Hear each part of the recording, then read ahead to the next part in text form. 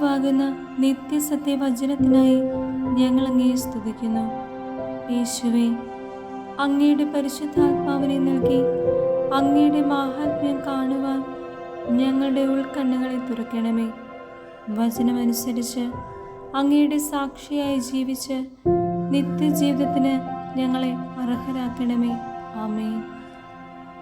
വിശുദ്ധ പൗലോസ് ശ്ലീഹ തിമോഥെയോസിന് എഴുതിയ 1-ാം ലേഖനം 5-ാം അധ്യായം 1 മുതൽ തിരുവചനങ്ങൾ. പെരുമാറ്റക്രമം. നിന്നേക്കാൾ പ്രായമുള്ളവനെ ശകാരിക്കരുത്. അവനെ പിതാവിനെ പോലെയും യുവാക്കന്മാരെ സഹോദരന്മാരെ പോലെയും പ്രായം ചെന്ന സ്ത്രീകളെ മാതാക്കളെ പോലെയും യുവതികളെ നിർമ്മലതയോടെ സഹോദരിമാരെ പോലെയും പരിഗണിച്ച് ഉപദേശിക്കുക. വിധവകളെ കുറിച്ച്. യഥാർത്ഥത്തിൽ വിധവകളായിരിക്കുന്നവരെ ബഹുമാനിക്കുക. എന്നാൽ ഒരു വിധവയ്ക്ക് മക്കളോ മക്കളുടെ മക്കളോ ഉണ്ടെങ്കിൽ അവർ ആദ്യമായി തങ്ങളുടെ കുടുംബങ്ങളോടുള്ള മതപരമായ കർത്തവ്യം എന്താണെന്ന് മനസ്സിലാക്കുകയും തങ്ങളുടെ മാതാപിതാക്കളോടുള്ള കടമകൾ നിറവേറ്റുകയും ചെയ്യട്ടെ. അത് ദൈവത്തിന് മുമ്പിൽ സ്വീകാര്യമാണ്. ഏകാകിനിയായ ഒരു യഥാർത്ഥ വിധവയാകട്ടെ ദൈവത്തെ പ്രത്യാശ അർപ്പിച്ചുകൊണ്ട് അപേക്ഷകളിലും പ്രാർത്ഥനകളിലും ദിനരാത്രങ്ങൾ ചെലവഴിക്കുന്നു. എന്നാൽ സുഖാനുഭവങ്ങളിൽ മുഴുകിയിരിക്കുന്നവർ ജീവിച്ചിരിക്കുമ്പോൾ തന്നെ മരിച്ചു കഴിഞ്ഞിരിക്കുന്നു. അവർ കുറ്റമറ്റവരായിരിക്കാൻ വേണ്ടി നീ ഇതെല്ലാം അവരെ ഉദ്ബോധിപ്പിക്കുക. ഒരുവൻ തൻ്റെ സ്വന്തക്കാരുടെയും പ്രത്യേകിച്ച് തൻ്റെ കുടുംബത്തിൻ്റെയും ആവശ്യങ്ങൾ നിറവേറ്റുന്നില്ലെങ്കിൽ അവൻ വിശ്വാസം ത്യജിച്ചവനും അവിശ്വാസിയേക്കാൾ ഹീനനുമാണ്. 60 വയസ്സിൽ കുറയാതെ പ്രായമുള്ളവളും ഒരുവന്റെ മാത്രം ഭാര്യയായിരുന്നവളുമായ സ്ത്രീയെ മാത്രമേ വിധവകളുടെ ഗണത്തിൽ ചേർക്കാവൂ. മാത്രമല്ല, അവൾ സൽപ്രവൃത്തികൾ വഴി ജനസമ്മതി നേടിയിട്ടുള്ളവളുമായിരിക്കണം.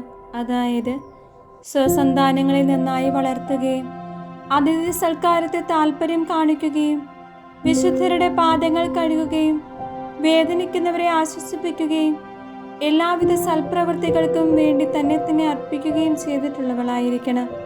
എന്നാൽ പ്രായം കുറഞ്ഞ വിധവകളെ മേൽപ്പറഞ്ഞ ഗണത്തിൽ ചേർത്തുകൂടാ.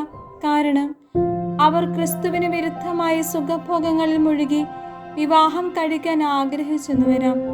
അപ്പോൾ അവർ തങ്ങളുടെ ആദ്യ വിശ്വസ്ത ഉപേക്ഷിച്ചുകൊണ്ട് കുറ്റക്കാരായി വിധിക്കപ്പെടും.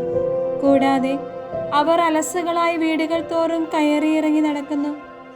അലസകളാവുക മാത്രമല്ല, അപവാദങ്ങൾ പ്രചരിപ്പിച്ചു മറ്റുള്ളവരുടെ കാര്യങ്ങളിൽ അനാവശ്യമായി ഇടപെട്ട് അനുചിതമായ സംസാരത്തെ മുഴുകിയും നടക്കുന്നു. അതിനാൽ ചെറുപ്പക്കാരികളായ വിധവകൾ വിവാഹം കഴിച്ച് അമ്മമാരായി വീട് ഭരിക്കണമെന്നാണ് ഞാൻ ആഗ്രഹിക്കുന്നത്. അങ്ങനെയായാൽ ശത്രുവിന് നമ്മെ കുറ്റപ്പെടുത്താൻ അവസരമില്ലാതാകും. എന്തെന്നാൽ ചില ആളുകൾ ഇതിനകം പിശാചിന്റെ മാർഗത്തിലേക്ക് വഴുതിപ്പോയിരിക്കുന്നു. വിശ്വാസിനിയായ ഏതെങ്കിലും സ്ത്രീക്ക് വിധവകളായ ബന്ധുക്കൾ ഉണ്ടെങ്കിൽ അവൾ അവർക്ക് വേണ്ട സഹായം നൽകണം, അല്ലാതെ സഭയെ ഭാരപ്പെടുത്തരുത്. അപ്പോൾ യഥാർത്ഥ വിധവകളെ സഹായിക്കുന്നതിന് സഭയ്ക്ക് കൂടുതൽ സൗകര്യം ലഭിക്കും. സഭാ നേതാക്കന്മാരെ പറ്റി. സഭയെ നന്നായി ഭരിക്കുന്ന ശ്രേഷ്ഠന്മാർ, പ്രത്യേകിച്ച് പ്രസംഗത്തിലും പ്രബോധനത്തിലും നിരന്തരം ഏർപ്പെട്ടിരിക്കുന്നവർ കൂടുതൽ ബഹുമാനത്തിന് അർഹരായി പരിഗണിക്കപ്പെടണം. ധാന്യങ്ങൾ ചവിട്ടിമെതിക്കുന്ന കാളയുടെ വായി നീ മൂടിക്കെട്ടരുത് എന്നും വേല ചെയ്യുന്നവൻ കൂലിക്ക് അർഹനാണെന്നും വിശുദ്ധ ലിഖിതം പറയുന്നു.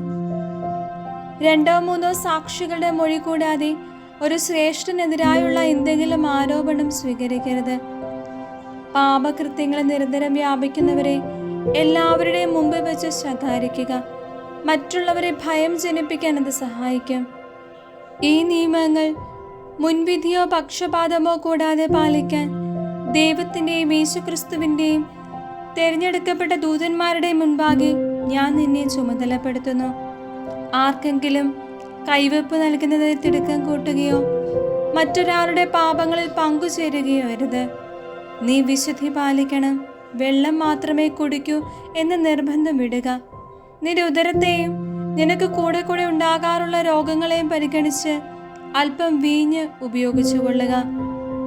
ചിലരുടെ പാപങ്ങൾ നേരെ ന്യായവിധിയിലേക്ക് നയിക്കും വിധം പ്രകടമാണ്. മറ്റു ചിലരുടെ പാപങ്ങളാകട്ടെ കുറെ കഴിഞ്ഞേ വെളിപ്പെടുകയുള്ളൂ. അതുപോലെ തന്നെ സൽപ്രവൃത്തികളും പ്രകടമാണ്, അഥവാ സ്പഷ്ടമല്ലെങ്കിൽ തന്നെയും അവയെ മറച്ചു വയ്ക്കുക സാധ്യമല്ല.